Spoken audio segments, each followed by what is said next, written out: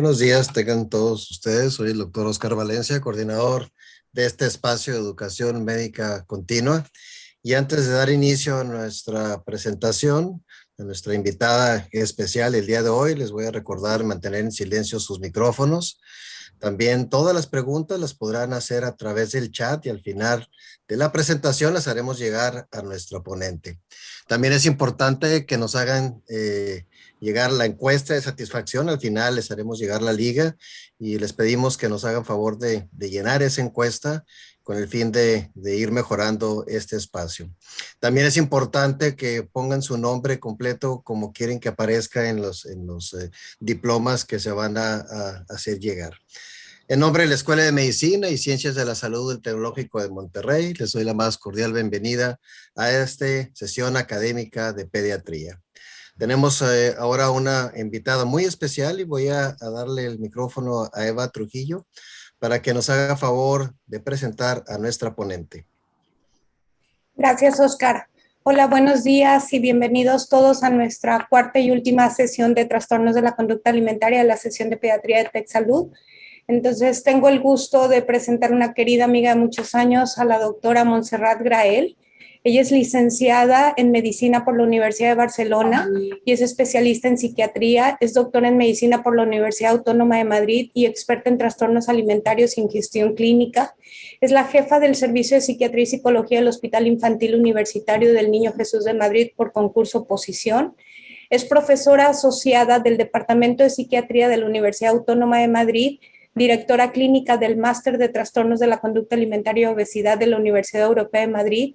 Ella es expresidenta de la Asociación Española para el Estudio de los Trastornos de la Conducta Alimentaria y vocal de la Sociedad de Psiquiatría de Madrid y es la actual presidenta del capítulo hispano-latinoamericano de la Academy for Eating Disorders. Es miembro de la European Society Child and Adolescent Psychiatry y de la Asociación Española de Psiquiatría del Niño y del Adolescente. Monse tiene 30 años de experiencia clínica en trastornos de la conducta alimentaria, ha realizado 95 publicaciones científicas nacionales e internacionales y es miembro del Centro de Investigación Biomédica en Red de Salud Mental del Ministerio de Sanidad y Consumo. Y con todo esto, para mí es un placer darte la palabra, Monse. Bienvenida y muchas gracias por aceptar nuestra invitación. Muchas gracias a la Escuela de Medicina y Ciencias de la Salud por la invitación y también muchas gracias por la presentación, querida amiga doctora Eva Trujillo. Encantada, como siempre. Voy a compartir pantalla. Bien.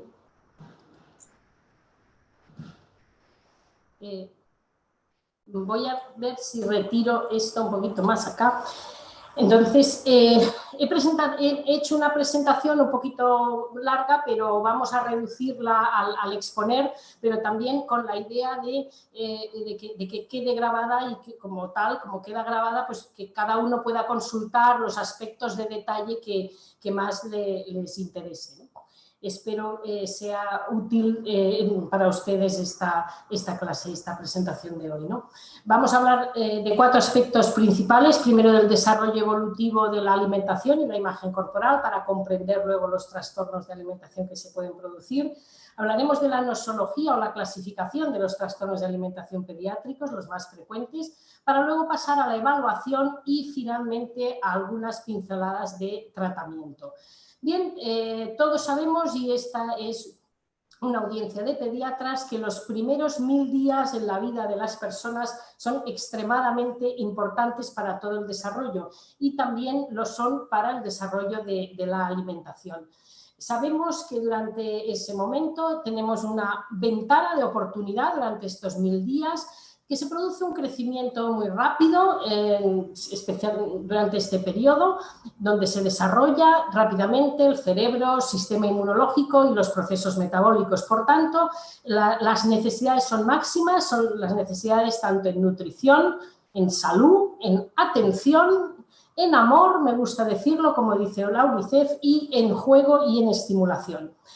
Según dice la teoría de la programación nutricional temprana, la nutrición en estas etapas tempranas de la vida va a influir no solo en el desarrollo en ese momento, sino en todo el desarrollo de las personas a lo largo de su vida, es decir, en la salud a lo largo de su vida.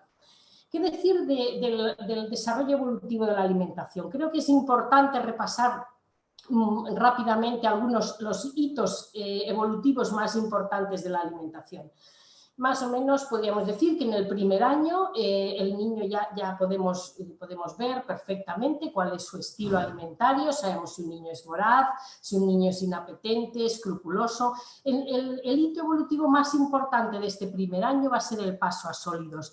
Ya en este momento, si este hito evolutivo no puede pasarse de forma saludable, podemos tener algún problema ya con la alimentación de estos niños, y que pueden llegar a ser incluso problemas graves, como veremos más adelante. En el segundo año, cuando ya se establece el ritual, se va adquiriendo el ritual de la comida, el hito más importante va a ser pasar la etapa de las neofobias, es decir, de los miedos a los nuevos alimentos. Por supuesto, este hito puede traspasarse en la familia mediante el aprendizaje, y también mediante la comida social, a veces en la guardería, ayuda también a pasar este hito si en la casa puede haber algunas dificultades. En la etapa preescolar, es decir, entre el tercero y el sexto año, donde ya el niño ha adquirido una autonomía importante en su comida, aparece otro momento que es la comida selectiva, es decir, el niño ya establece qué sabores, qué texturas, qué olores le pueden gustar más. Nuevamente, la pauta educativa familiar, junto con sus propias expectativas, y también la comida social en el colegio, hará que podamos pasar esta etapa de comida selectiva si todo va bien. Si no, pues como veremos, estableceremos otro problema de alimentación. Podemos establecer un problema ahí también de alimentación ya en estas etapas. Posteriormente, en la etapa escolar, como ustedes saben, ya la autonomía pues, de la conducta alimentaria es muy clara, son frecuentes las conductas retadoras, desafiantes, y probablemente también en la alimentación. Pero las cuestiones más interesantes en este periodo que nos atañen a nosotros sería, por un lado, que es en este periodo cuando se comienza a adquirir la imagen corporal, la corporalidad y la imagen corporal se comienza a adquirir en estos momentos, en esta edad escolar, no en la adolescencia. Esto es muy importante porque cualquier programa de prevención que quiere incidir realmente va a tener que actuar en estas etapas tempranas. Luego es una etapa también la edad escolar, como todos ustedes, pediatras, conocen, es la etapa de los miedos. Y uno de los miedos que puede aparecer es el miedo a tragar. Si este miedo a tragar aparece y no podemos subsanarlo adecuadamente, puede haber también un problema con la alimentación. Y también, y muy destacable, es el momento en que los niños presentan a veces sintomatología digestiva en forma principalmente de dolor abdominal, y como muchas veces, a veces como expresión de un malestar psicológico. Evidentemente, otras veces es la expresión de cualquier otra enfermedad. Finalmente, en la adolescencia serían ya los últimos hitos evolutivos de la alimentación. El desarrollo de la corporalidad es pleno, la comida es mucho más social que no familiar, igual que toda la vida del adolescente en general, y sobre todo aquí uno de los hitos que tenemos que subsanar es que algunos adolescentes que tienen la sensación que han perdido el control por estos cambios tan bruscos que se han producido en su cuerpo, en su entorno, es posible que busquen en la comida esta sensación de control, provocando, si esto es muy extremo, también un problema de alimentación. Como les decía, la imagen corporal aparece en los primeros momentos en la edad escolar. Entendemos por imagen corporal un constructo, es como una construcción teórica que nos hemos hecho, pero que quiere explicar aquello que sentimos, que pensamos, que vemos por los sentidos, y también los factores culturales alrededor de la imagen corporal. Sabemos que hay un malestar normativo en la imagen corporal, sobre todo en mujeres, pero eso sería distinto de lo que es ya la insatisfacción por el cuerpo, que es el que realmente puede generar a veces conductas alteradas ya en edades tempranas. Como vemos aquí, el ideal de la corporalidad, como decíamos, se consolida justo antes de la pubertad. Ya un niño más pequeño antes de la pubertad puede estimar, puede estar preocupado por su imagen corporal, pues por su cuerpo, pero es muy alrededor de la pubertad cuando ya se tiene ese ideal corporal consolidado. Es más frecuente una imagen corporal negativa y la insatisfacción, esta que decíamos que puede provocar conductas alteradas, es mucho más frecuente en niñas preadolescentes que no en niños. Y hay una serie de factores asociados a esta insatisfacción corporal, tanto en niños como en preadolescentes, como pueden ser, señalamos aquí varios, pero destacamos pues, algunos comportamientos familiares, ¿no? Como las creencias, por ejemplo, acerca del peso, también la presencia de burlas en el grupo de pares, la exposición a medios de comunicación con fat talk, es decir, todos aquellos comentarios alrededor del cuerpo excesivos a veces en las conversaciones habituales, ¿no? También el género femenino es un factor asociado claramente a esta insatisfacción corporal, como les decía. Sea como sea, parece ser, y parafraseando a nuestra querida doctora Irene Chatour, la alimentación para el humano y sobre todo a través de la relación vincular, el apego con su cuidador, es un escenario ideal para el crecimiento y para el desarrollo y para la propia regulación emocional y la regulación corporal. Es decir, dicho de otra forma, podríamos decir que la comida, el alimentarse y el cuerpo son una vía de expresión muy privilegiada y sobre todo en el niño, pero también en los adultos, una vía de expresión privilegiada del malestar físico, el malestar psicológico y emocional, el malestar relacional, el vínculo, o también puede expresar dificultades de la autorregulación y del afrontamiento del estrés, alimentación y cuerpo. Bien, también destacar, y de esto de forma evolutiva, que a veces, y de forma muy destacada en los niños, la expresión que vamos a tener de los síntomas en los desórdenes alimentarios, alteraciones o ya trastornos, va a estar determinada muchas veces por varios factores, pero he querido recoger aquí 4 que destacamos nosotros. Por un lado, el estadio de desarrollo evolutivo. Muchos niños, bueno, pues no tienen una capacidad verbal aún adquirida para expresar pues algunas de las preocupaciones que pueden tener por la comida o el peso. Tengan en cuenta que en el desarrollo siempre la conducta está antes que el pensamiento. Luego, entonces, es muy interesante en los niños fijarse, hacer una observación más y un registro de la conducta que se tiene ante la alimentación, más que a veces un registro de lo que ellos pueden expresar, que a veces puede estar reducido por su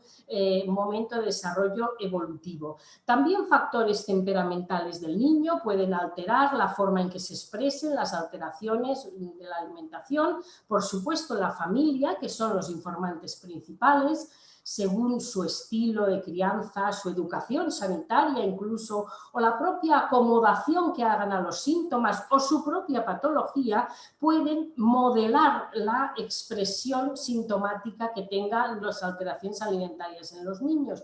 Y por último, un dato muy importante sería que y muy interesante, y por otro lado, que es la detección precoz que se hace en estadios iniciales de los trastornos en los niños. Los niños es una franja de población que está mucho más vigilada por ustedes. Los pediatras trabajan muy intensamente en prevención y pueden permitirse en los controles del niño sano, en los controles de vacunación, etcétera, detectar y diagnosticar síndromes incompletos o en evolución a veces, y esto con las consecuentes ventajas para el pronóstico, ¿no? Y esto, bueno, puede moldear a veces la expresión sintomática. Para esto, pues es interesantísimo, por supuesto, que todos los profesionales relacionados con los niños tengan ciertos conocimientos relacionados con estos trastornos.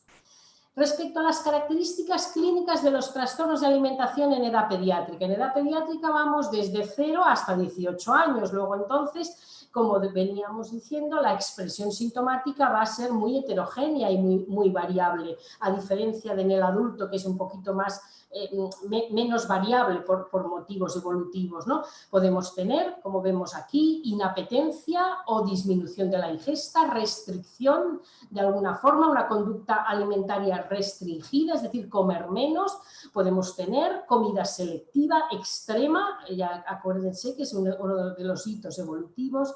Podemos tener miedo a tragar, por los miedos que pueden aparecer en etapas escolares, a veces acompañado o no de otros síntomas. Podemos tener síntomas somáticos también, como dolor abdominal, como expresión a veces de ese malestar con la comida o con el cuerpo. Progresivamente y según va avanzando la edad, van apareciendo los elementos cognitivos de los trastornos de alimentación, es decir, el miedo a engordar, el deseo de adelgazar y también otras conductas un poquito más sofisticadas de compensación del alimento ingerido, como podría ser pues, el ejercicio físico excesivo y, por supuesto, ya aparece claramente en edades ya más adolescentes, aunque puede haber aparecido antes, por supuesto, la alteración de la imagen corporal.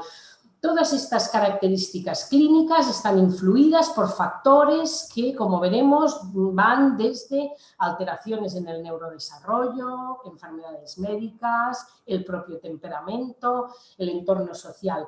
Y toda esta clínica tiene como consecuencia, y de manera muy destacada en los niños, alteraciones en el desarrollo del peso, en el desarrollo pondoestatural, con pérdida de peso y con malnutrición. Tiene también esta clínica consecuencias psiquiátricas como la ansiedad y síntomas ansiosos y depresivos, también derivados no solo de los propios síntomas de los trastornos de alimentación, sino también de las consecuencias nutricionales. Puede producir estos síntomas ansiosos y depresivos, puede provocar dificultades cognitivas, como veremos un poquito más adelante, aislamiento social. El paciente con el niño y adolescente con estos síntomas va a estar más aislado socialmente, con lo que eso resulta para el menoscabo de su desarrollo en habilidades sociales y puede provocar, como muy claramente todos conocen, las dificultades familiares. ¿Qué decir acerca de las clasificaciones de los trastornos de alimentación? Antes solo un apunte muy breve de la epidemiología. Está claro que los trastornos de alimentación por debajo de los 13 años son menos frecuentes. De hecho, pues pueden ser como entre el 15 y el 20% de todos los trastornos alimentarios, pero hay que tener en cuenta, sobre todo si son por debajo de los 13 años, que producen, como veíamos, graves alteraciones del desarrollo físico y psicosocial. ¿Qué se ha observado últimamente? Y eso lo quiero señalar como una cuestión actual. Se ha observado un ligero aumento del incremento de la anorexia y de las formas restrictivas de los trastornos con una disminución de la edad de inicio. Es decir, la patología alimentaria comienza un poquito antes, un par de años antes que hace pues, 20 años. Estamos alrededor de los 12 años, mientras antes estábamos en inicios entre los 15 años, ¿no?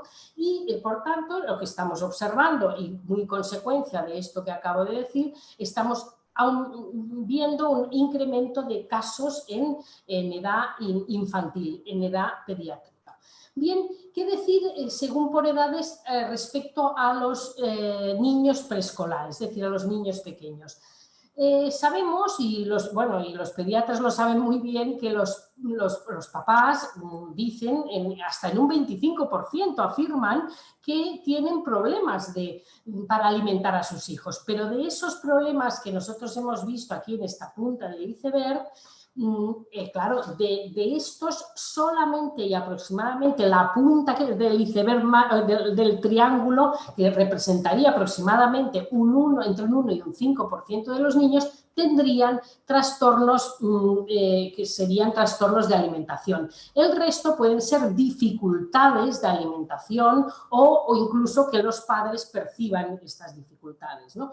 Lo que sí está claro que a menor edad de aparición del trastorno de alimentación, la presencia de problemas orgánicos en el inicio o en el mantenimiento es más frecuente. Eso es una cosa clara. Del mismo modo, decirles que casi el 80% en algunas series de niños con trastorno del espectro autista pueden presentar problemas de alimentación, con lo que esto significa, ¿no? Y que también, dicho de otra forma, el mismo concepto, estaríamos diciendo que entre un 40 y un 70% de niños con enfermedades graves tienen dificultades en la ingesta.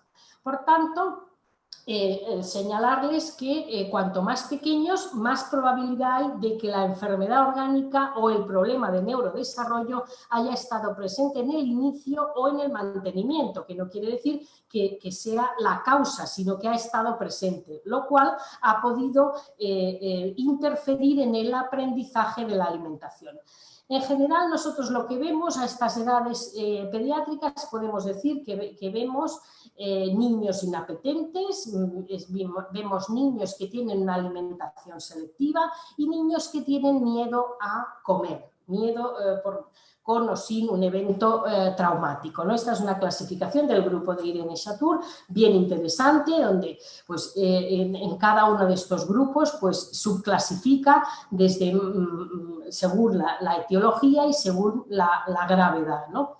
Entonces, lo que sí tiene en cuenta esta clasificación, además de si el niño tiene un escaso apetito o una conducta, o sea, una alimentación más restrictiva o selectiva o tiene miedo a tragar, lo que también señala, además de esto, son una cosa muy interesante que sería la interacción de este niño con el cuidador, es decir, pone de relieve la importancia que tiene el estilo de alimentar del cuidador en la aparición de los problemas alimentarios, desde un cuidador sensible, un cuidador controlador o un indulgente o un cuidador negligente. Estas han sido clasificaciones que antes hemos tenido nosotros, los que nos hemos dedicado a la psiquiatría infantil y los pediatras que hemos tenido que utilizar este tipo de clasificaciones, como esta que tenemos aquí, la de C03 o la versión más reciente que es la de C05, y teníamos que usar estas de manera indefectible porque la DSM y la clasificación DSM de enfermedades psiquiátricas o la CIE-10 no proporcionaba los elementos necesarios a veces para hacer diagnósticos en edades muy pequeñas. Sin embargo, ahora, y por suerte, ya tenemos en la DSM-5 nuevas aportaciones, nuevas propuestas de diagnóstico.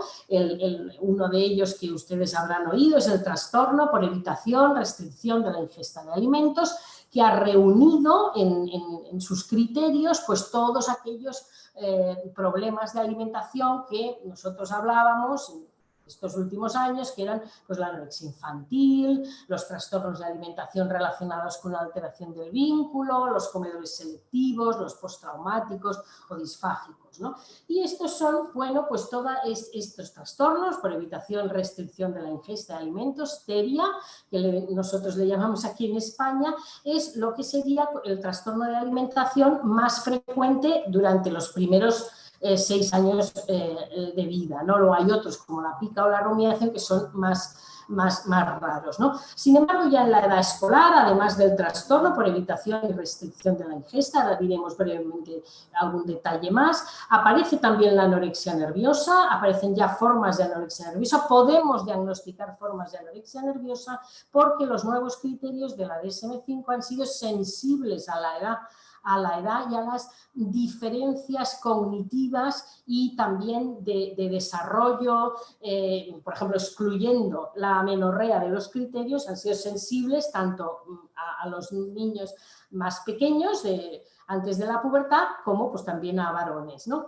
Bien, luego ya en la etapa adolescente, como vemos, hemos señalado aquí, aunque existen los trastornos por evitación y restricción de la ingesta, también lo más frecuente es ya la aparición, como hemos dicho, pues ya de la anorexia nerviosa, ¿no? Con subtipos, algunos de bulimia nerviosa ya al final de la adolescencia y también los otros trastornos de la conducta alimentaria especificados, sobre todo anorexias atípicas, ¿no?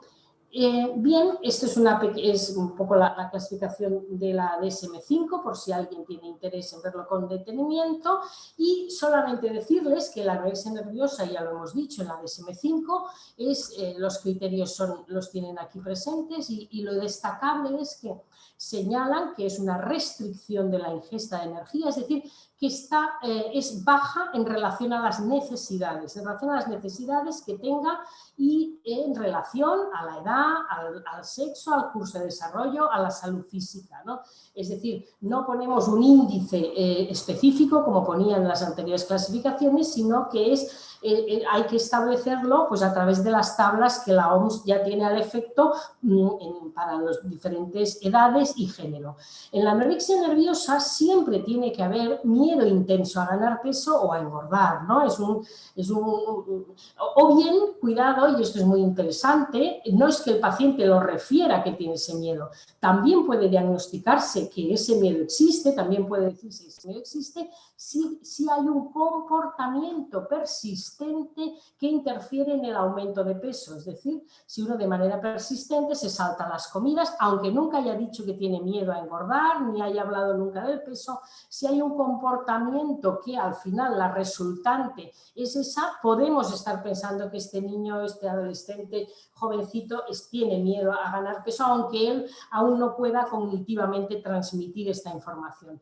Luego, otro criterio es la alteración en que uno percibe su propio peso, su propia constitución, su propia imagen corporal, siendo esto, la imagen corporal, muy central en el reconocimiento de uno mismo y de su propia valía personal.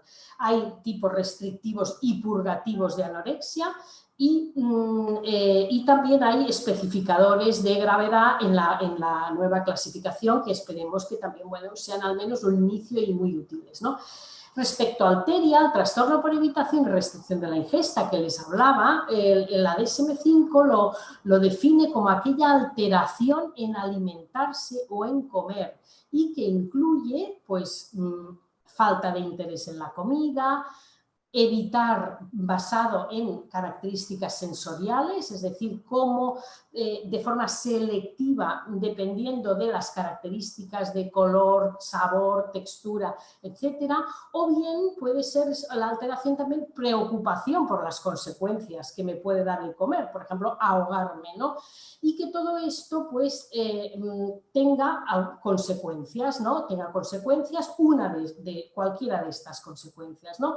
De momento es una de cualquiera de ellas, o que haya una pérdida de peso significativa o una deficiencia nutricional, porque a veces no puede que no haya una pérdida de peso, pero es una deficiencia nutricional importante en los comedores selectivos, dependencia de alimentación enteral o suplementos, aquellos niños que han tenido una enfermedad orgánica que ha hecho que por alguna razón no hayan podido aprender a comer y que al final hayan acabado en alimentación enteral y no hayan podido pasar a la comida oral, por ejemplo, o interferencia marcada en el funcionamiento psicosocial, es decir, que su desarrollo psicológico o cognitivo social esté perturbado.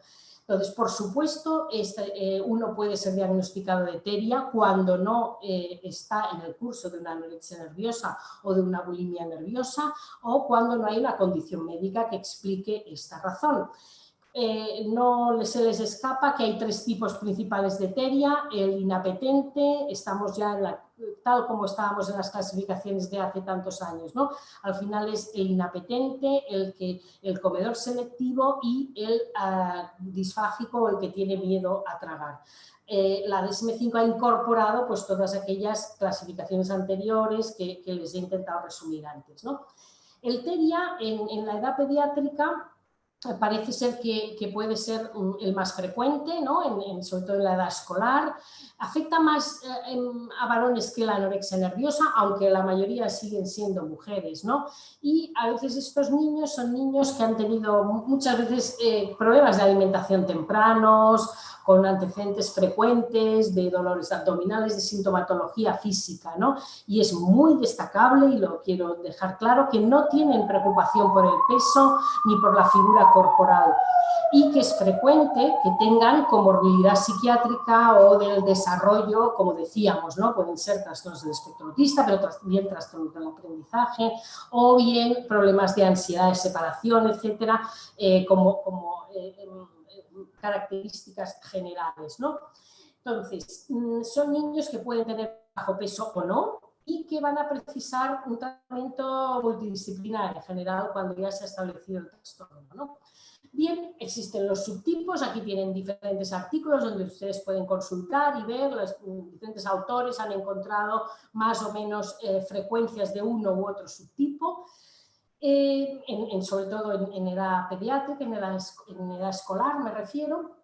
En las clínicas de primera infancia, como la nuestra, es decir, de menos de 6 años, nosotros encontramos que la teria es frecuente en niños con el espectro autista, hasta un 20% al menos, en niños pequeños, menores de 6 años, o que presentan algún trastorno del neurodesarrollo. Es un diagnóstico frecuente.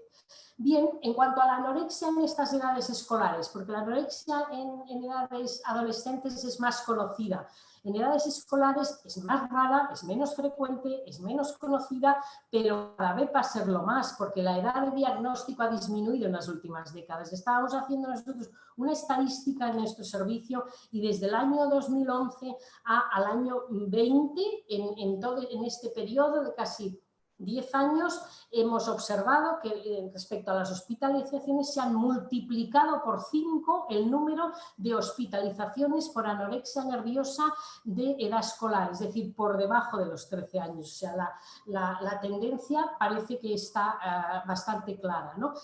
Puede llegar a ser muy grave por la afectación en el desarrollo que produce, incluido la afectación en la maduración cerebral, muy importante, ¿no? Que no nos olvidemos de esa parte, ¿no? La clínica puede ser muy parecida a la que aparece en la adolescencia, pero a veces hay más quejas somáticas, más presencia de síntomas somáticos tipo dolor abdominal, por ejemplo, ¿no? Parece que las estadísticas, y no hay muchas, sería conveniente estudiar más este grupo de población, parece que puede tener algo de peor pronóstico que en la adolescencia. Esto no está claro aún, ¿no? Bueno, aquí les presento algunas tablas donde ustedes pueden observar que hay diferencias entre lo que es un teria y lo que es una anorexia, hay diferencias clínicas de todo tipo. Aquí tenemos un estudio, luego aquí tenemos otro estudio que es el nuestro, por ejemplo, donde ustedes pueden ver que estas diferencias que nosotros hemos estado hablando existen en las muestras clínicas de forma muy evidente y muy clara, o sea que validaría de alguna forma la nosología y del teria, o sea, la validez, ¿no? Apuntaría hacia una validez de este diagnóstico, al menos en principio, aunque sea aparentemente muy heterogéneo, ¿no? También psicométricamente hay diferencias, como pueden ustedes comprobar aquí, ¿no? Respecto a la evaluación, vamos a pasar a la evaluación y al tratamiento. Respecto a la evaluación de los trastornos de alimentación pediátricos, claro, nosotros nos encontramos desde niños de estas edades con estas dificultades en el paso a la cuchara, por ejemplo, aquí, bueno, este ya lleva tiempo con la cuchara, pero ya debería tener, parece que lo está pasando mal, a niños pues, que se duermen comiendo, esto no es nada extraño, o padres que dan de comer a sus hijos mientras están durmiendo, esto lo vemos nosotros en nuestra clínica de primera infancia, o a niñas ya con una edad más mayor que ya sufren una anorexia más de inicio en la adolescencia, aunque sea adolescencia temprana, como ahora parece que es la tendencia, ¿no?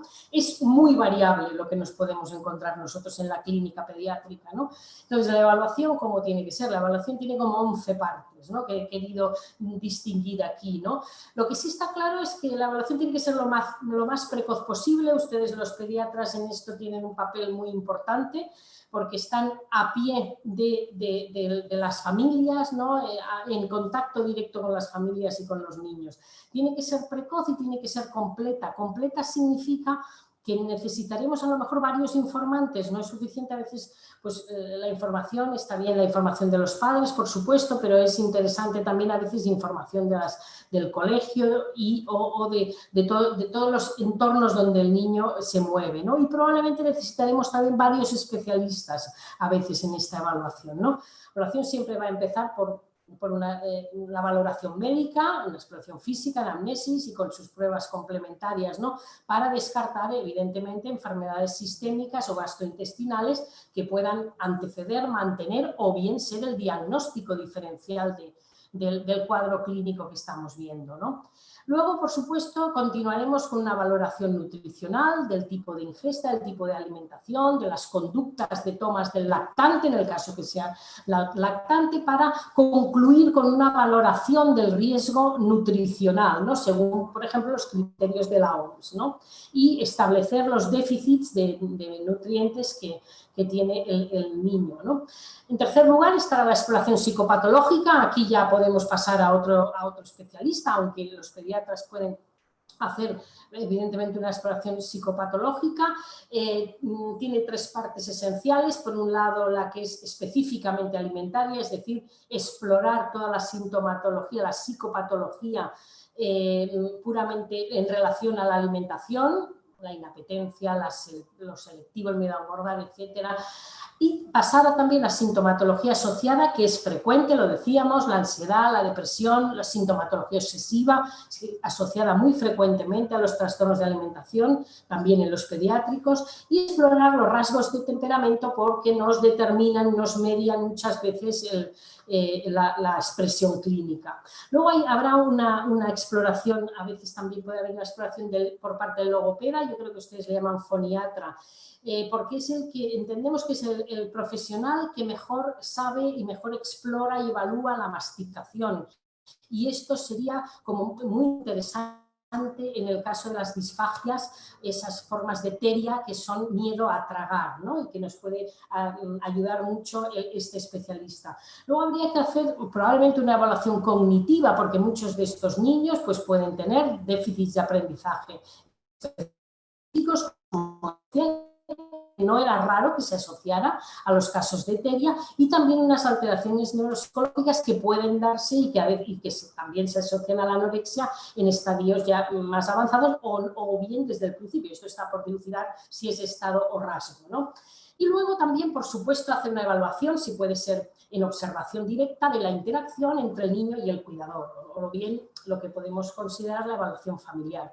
Los familiares van a ser esenciales en el tratamiento, ya lo adelanto, esenciales, ya supongo que ya lo suponían, ¿no? Ustedes, ¿no? Entonces es muy interesante hacer una buena evaluación tanto de la interacción en el momento de la comida, ¿no?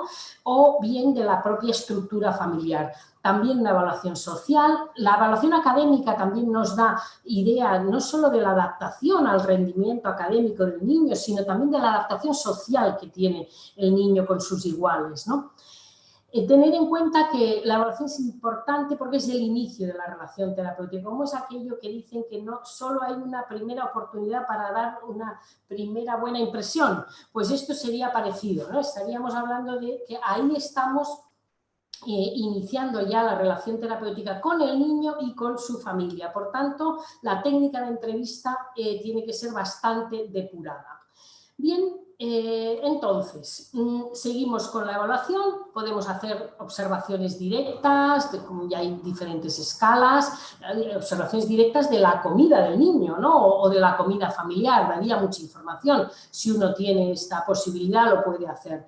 Luego, por supuesto, nosotros podemos evaluar la psicopatología a través de psicometría. Hay bastantes cuestionarios ya adaptados para niños, hay entrevistas, hay tanto la EDE para niños como la PARDI, la nueva entrevista esta para los trastornos con la histeria y otros cuestionarios autoaplicados o heteroaplicados ya en los niños más pequeños y en familiares, ¿no? Y también no se olviden de evaluar la imagen corporal en niños. También podemos evaluar la imagen corporal en niños, por supuesto en adolescentes sí, y en niños también hay algunas formas de evaluación, tanto en forma de cuestionarios como los dibujos de siluetas que les enseñaba yo en una diapositiva anterior.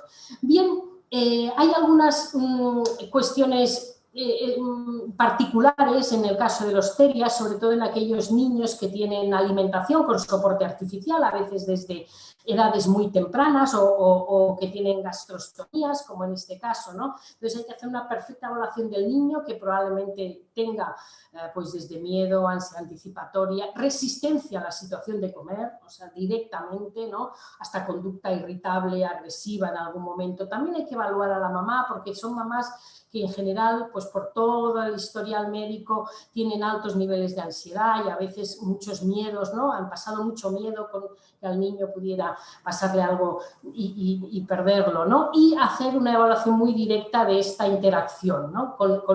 Viendo bien si hay realmente dificultades en la contención emocional que puede tener la madre respecto a esta experiencia del niño, ¿no? Respecto al tratamiento, y con esto terminamos brevemente, en 5 minutos, decirles que las intervenciones terapéuticas van a ser complejas, ¿no? En general, sobre todo cuando el trastorno de la alimentación está establecido. Antes no.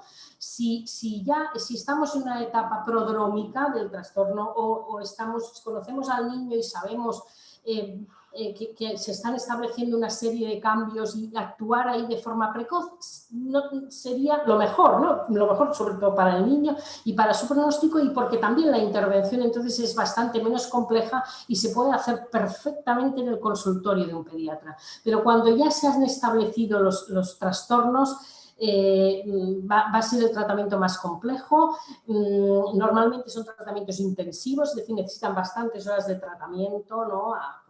Con periodicidad elevada, 1 o 2 veces a la semana de consulta, y a veces necesitarán hospital de día, es decir, intervenciones de varias horas al día o incluso intervenciones de hospitalización. Y luego también van a ser tratamientos extensivos que tendrán que prolongarse en el tiempo, no son cortos, en general son largos. Normalmente van a ser interdisciplinares con la participación de psiquiatras, por supuesto, pero pediatras, enfermería y todos los otros profesionales que he señalado ya en la evaluación. Y sobre todo van a ser tratamientos específicos, cualquier cosa no vale. Está bien determinado y las evidencias científicas nos lo dicen, qué tratamientos funcionan y qué tratamientos no funcionan. Hay que, como en todo, pero en este caso también, hay que emplear los tratamientos que tienen evidencia científica.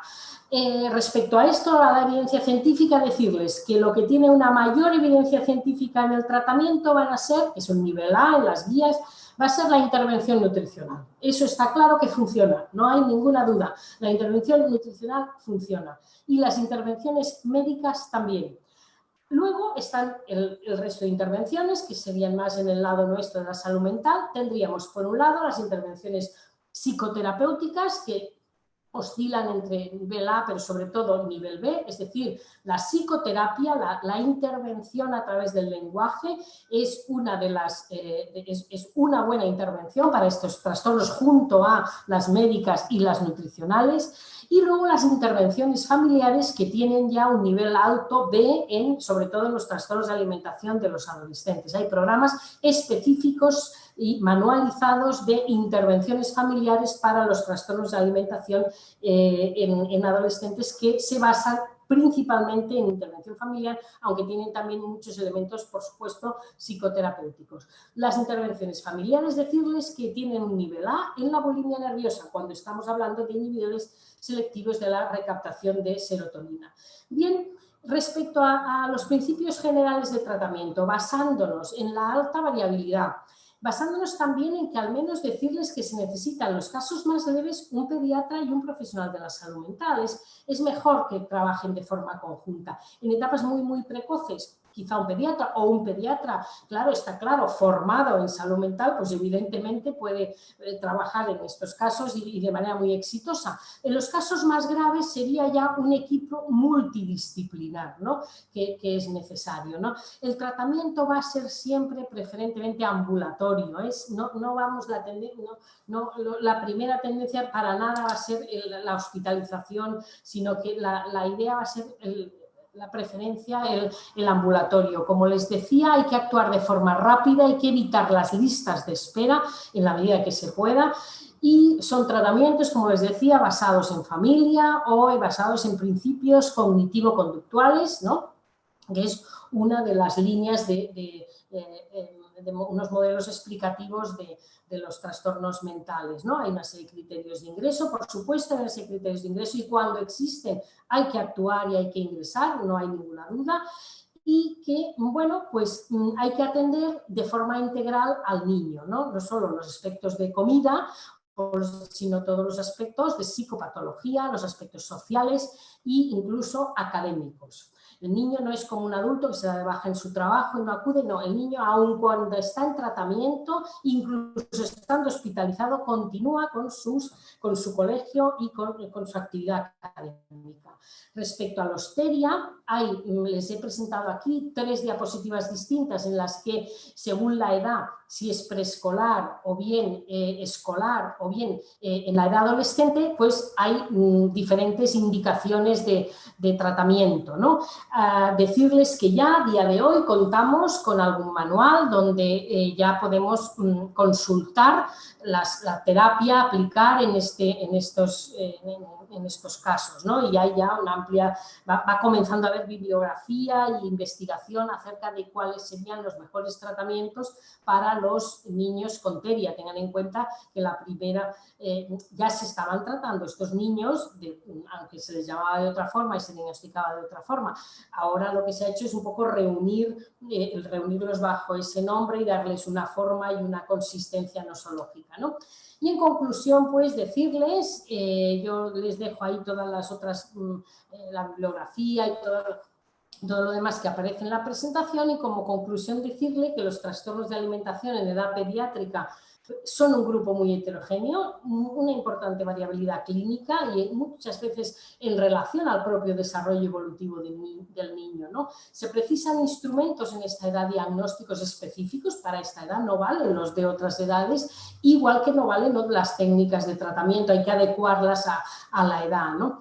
Necesitamos esa especificidad terapéutica en edades infantiles y prepuberales, ¿no? Tanto en TERIA como en anorexia, como en las bulimias incipientes que también van apareciendo en la adolescencia. Darles las gracias por la atención y presentarles pues líneas futuras y sobre todo pues mi contacto por si tienen algún interés en alguna pregunta o lo que ustedes consideren. Muchas gracias. Espero sus comentarios, preguntas, cuestiones. Estoy encantada de estar con ustedes aquí. Muchísimas gracias, Monse, por esta excelente y útil revisión para los pediatras. Pues tenemos muchas preguntas, así es que voy a empezar porque si no, no nos va a alcanzar el tiempo. Te las voy a dar en el orden en que me las fueron pasando. ¿Pudiera comentar la problemática de trastornos de la alimentación relacionada con comer mientras se está viendo pantalla? Claro, mientras se está viendo pantalla, que es ahora una actividad bastante frecuente, solo falta ir a veces a algunos restaurantes. Claro, en la medida que el niño come mientras está haciendo cualquier otra cosa, ocurren muchas cosas. Primero, que no se está dando cuenta que está comiendo.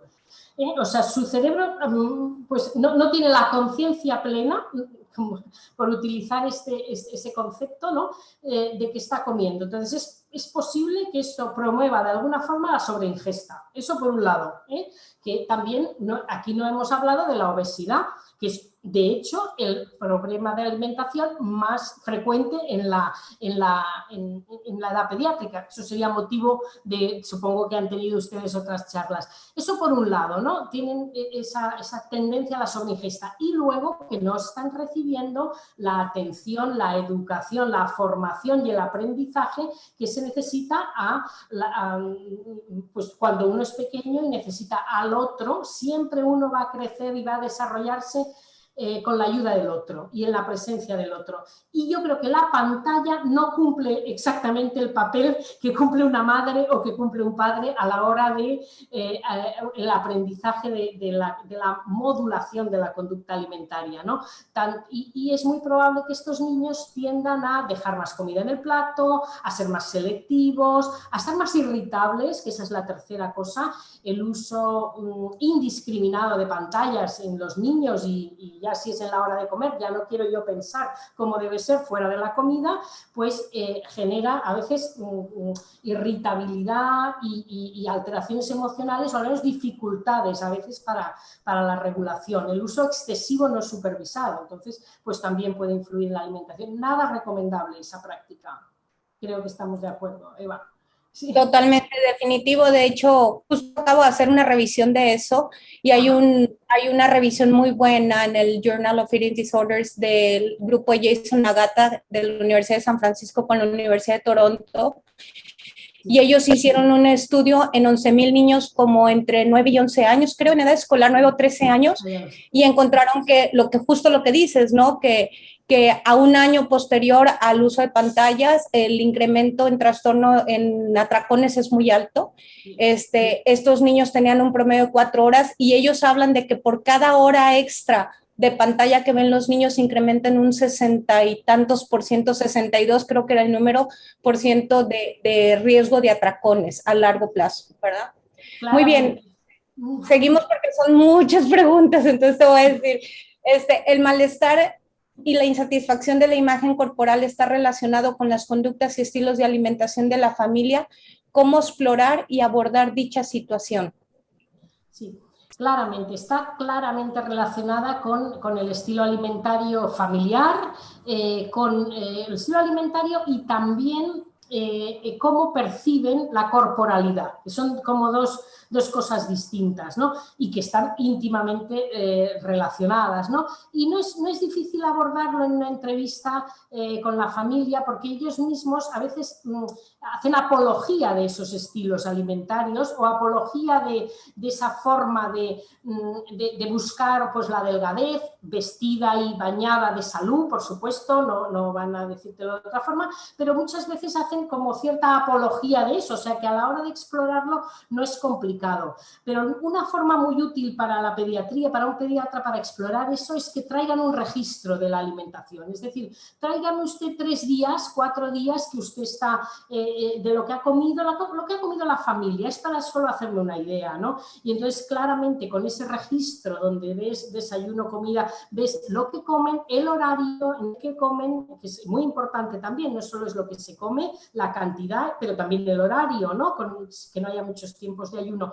Ahí tú ves perfectamente el estilo alimentario de la familia y ya luego para abordar ya temas más relacionados con la corporalidad, pues hay que hacer a veces preguntas un poco más directas, ¿no? Y decir qué piensa usted, ¿no? Ve que su hijo está bien. Algunos directamente te pueden decir que no están satisfechos como está el hijo o porque tiene demasiado sobrepeso. A veces, o sea, que es algo que en la entrevista habrá que abordar, yo creo que directamente, ¿no? Sin culpabilizar, por supuesto. Aquí no se trata de culpabilizar. Nadie hace un trastorno de alimentación completo solo porque tenga la familia un estilo determinado de alimentación o de corporalidad. Está claro que hay que reunir muchos otros factores para hacer un trastorno de alimentación, pero siempre con una intención, un abordaje más educativo, ¿no? Es decir, vamos a hablar de esto un poco para normalizar, o tampoco usar la palabra normalizar, ¿no? Para hacer una alimentación pues, que los médicos podemos considerar más saludable, ¿no? Con mucha prudencia. La pregunta es muy buena, porque la pregunta es cómo abordarlo sin que la familia huya, ¿no? Y luego ya no sea posible hacer nada más, ¿no? O sea que sí que es cierto que hay que hacerlo, pero hay que hacer el abordaje. No porque sea difícil las preguntas, dejar de hacerlas, sí. Muy bien. Tengo una pregunta que se ha repetido. Dice, ¿el método BLW, el Baby Led Weaning, puede ayudar a prevenir trastornos alimentarios? Y en otra pregunta, ¿cómo se comporte los niños con esta alimentación a base del modelo BLW? ¿Cómo se comporta en relación a los trastornos de la alimentación? Bueno, es una pregunta a investigar, de hecho, porque eso estaremos de acuerdo que no hay ningún artículo, o sea, un artículo, caso control, un ensayo clínico, yo no he tenido conocimiento, no sé, Eva, si tú quizá has visto alguno, entonces, no podemos decir otra cosa, vamos a ver, claro, todo depende cómo se apliquen los métodos. No solo es cómo es el método, sino cómo lo aplicas tú, cómo lo entiendes tú. Y eso en la población general puede ser muy, muy dispar, ¿no? Pero no, ahora mismo la ciencia no nos avala directamente ni que sea lo único que haya que hacer para alimentar a tus hijos, la única manera, ni que hacerlo sea negativo, que produzca trastornos de alimentación. Por tanto, yo creo que hay que ser prudente, como en todo. Yo creo que ser integral en las cosas, más integrativo, no tan extremo, ¿no? Entonces, esa es mi opinión general, pero es mi opinión general delante de muchas cosas, y yo creo que también para aprender, para que los niños aprendan a alimentarse también, ¿no? A veces elementos de diferentes teorías y no cerrarse a un método, porque además lo que a un niño le viene bien, a otro niño puede que no le venga bien en la misma familia incluso, ¿no? Entonces yo creo que lo mejor es explorar las necesidades que tiene el niño, ser sensible a las necesidades que tiene el niño y no aplicar un método por aplicarlo sin tener muy en cuenta esas necesidades, ¿no? Entonces yo creo que eso es lo que diría. Sí. Totalmente de acuerdo. De hecho, la última revisión que yo vi de esto fue una revisión Cochrane, que fue como hace unos 3 años, donde ellos hablan de que la evidencia es muy baja para poder dar una opinión. Entonces, básicamente. Bueno, seguimos. Muchas felicitaciones, Monse. Una pregunta que se repite también, y creo que esto puede contestarlo con el artículo que escribimos, es qué ha pasado con la pandemia. ¿Se han incrementado los casos de TCA? ¿Qué está pasando en general? Entonces, adelante.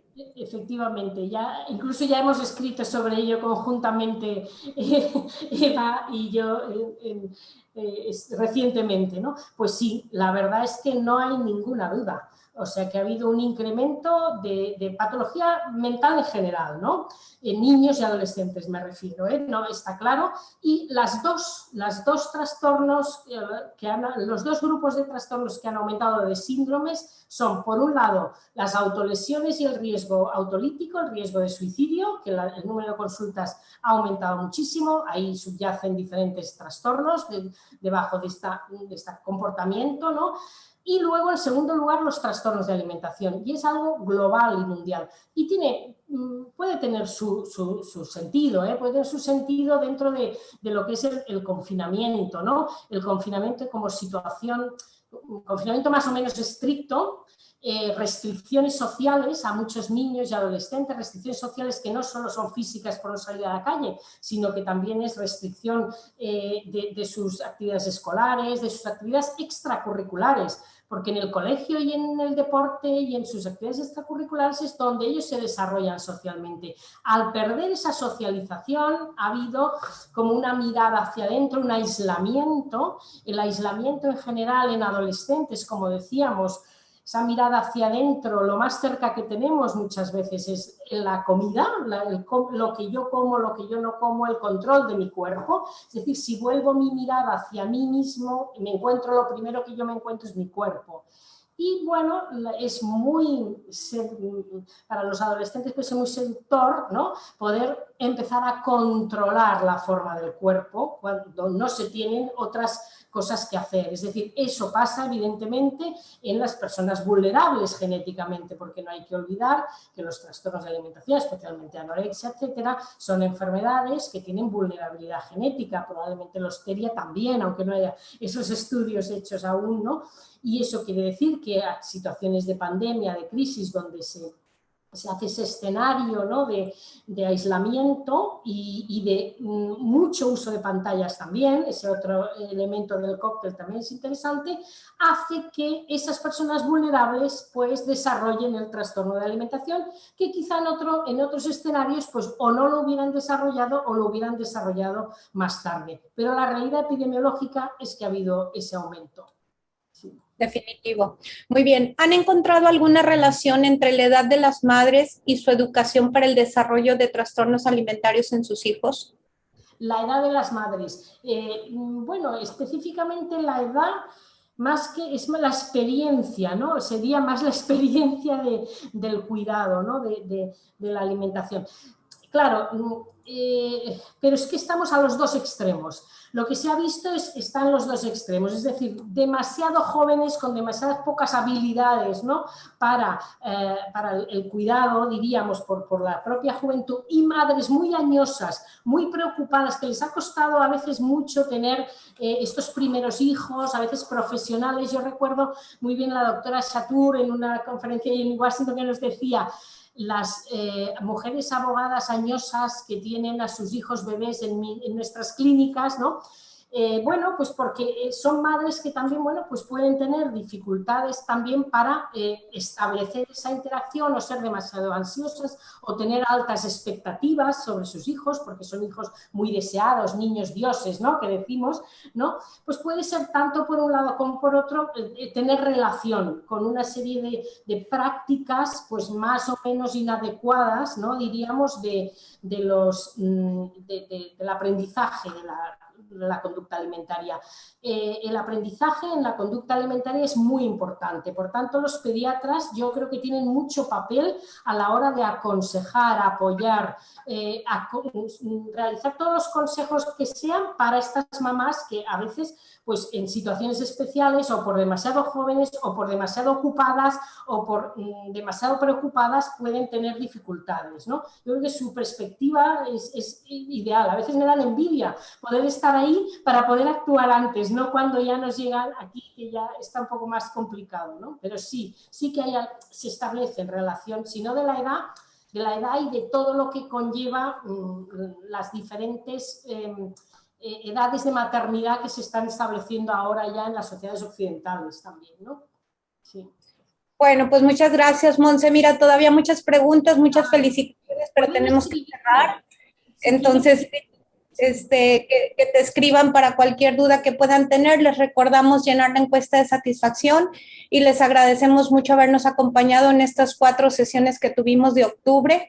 Y les quiero recordar que tenemos el Congreso Mundial de Trastornos de la Conducta Alimentaria, donde Monse nos va a estar acompañando, y el Congreso del capítulo hispano-latinoamericano también de la Academy for Eating Disorders en junio del 2022, con un track específico para médicos de primer contacto. Entonces, los esperamos y muchas gracias a todos. Muchísimas gracias, doctora Grael, por la presentación, y en nombre de la Escuela de Medicina y Ciencias de la Salud del Tecnológico de Monterrey, le damos las gracias por haber estado con nosotros. Muchísimas gracias a la doctora Eva Trujillo por la coordinación de este módulo. Muchísimas gracias a toda nuestra audiencia y nos vemos la próxima semana con otro tema extremadamente importante para el pediatra. Muchísimas gracias, que tengan un excelente día. Gracias, muchas gracias a ustedes. Muy interesante ha sido para mí.